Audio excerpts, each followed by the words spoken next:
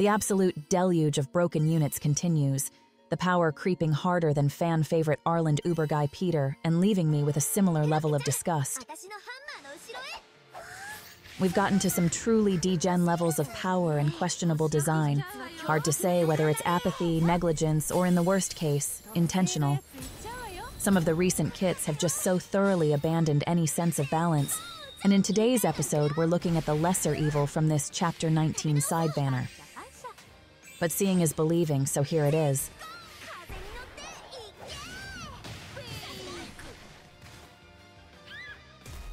That's it. The latest EX3 deleted in 3 turns by new Pierce attacker cat Mike overtaking Academy Resna as the top fast sweeper, among other things.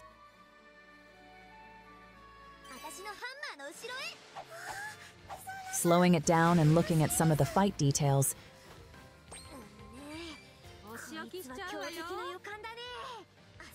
First off, this fight makes for terrible comparisons between setups since the enemies have 200% resistance to all magic attributes.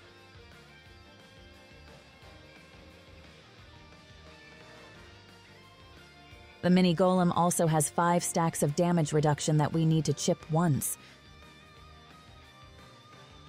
Mike's main ability is an awakened Resna-esque passive that gives her a persisting attack stat buff and a one-hit skill damage buff anytime she's on a panel or receives a heal tick. They had a bit more awareness to cap these, the attack capping at 100% and the skill damage at 5 procs, but that's still extremely high for 2 effects, and unlike Resna's, the activations are guaranteed instead of random. You can see the progression as she receives Zaskia's panel and the first tick of the ice staff, then the blue drink's crit panel, the second staff tick, and her armor proc.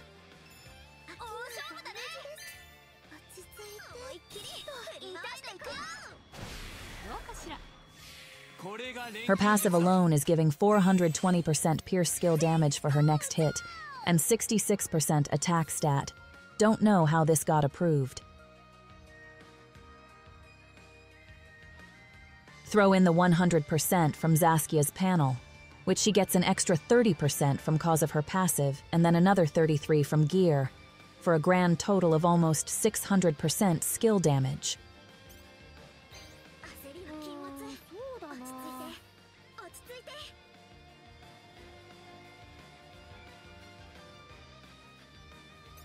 That's not all though, since her skill 2 debuffs pierce resistance and fizz damage received for 2 hits, before it hits, which is again like, who decided she should get debuffer tier effects built into her attacker kit?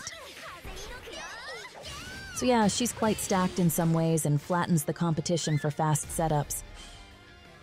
Her burst also has high scaling, penetration, and another built-in persisting debuff, making her single target damage output quite competitive if you can secure the panels, but that's a topic for another time. Behind the scenes, it looks like this, with Strike Azana providing initiative status for the Lantana group. Azaz and Meek are actually fast enough to not need initiative in most cases, with Meek's 175 weight skill 2, starting her at the equivalent of 282 speed for her normal loadout. Zaskia uses the Ice Tower staff to add 2 heals, for a total of 3 procs including the one from her generated panel. Mike herself has the Summer Promise Memoria, received buff gear, buff A traits, and the metallic armor that heals her once when you use items, providing the 5th proc to cap the skill damage side of her passive. The other units are just sort of filler, focusing on pumping attack stat, being one of the less overloaded effects. Azana has the starting item charge Memoria for turn 2 items.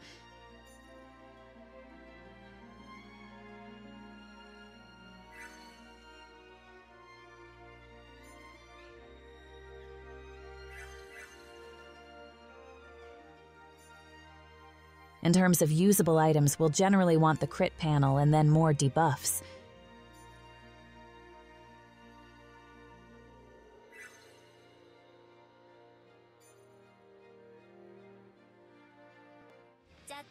For a more budget version of the setup, I have this variant that can clear this particular EX3 featuring only 2-star SD, 1-star Marion, and no 5th character. It'd obviously be easier with better filler supporters, support Memoria, or units with more useful passives, but this minimal setup chips the Golem barrier enough to put it into sweep range even in the absence of any supports besides Zaskia. To put into perspective how overkill Mike really is, I'll throw the setup at the end.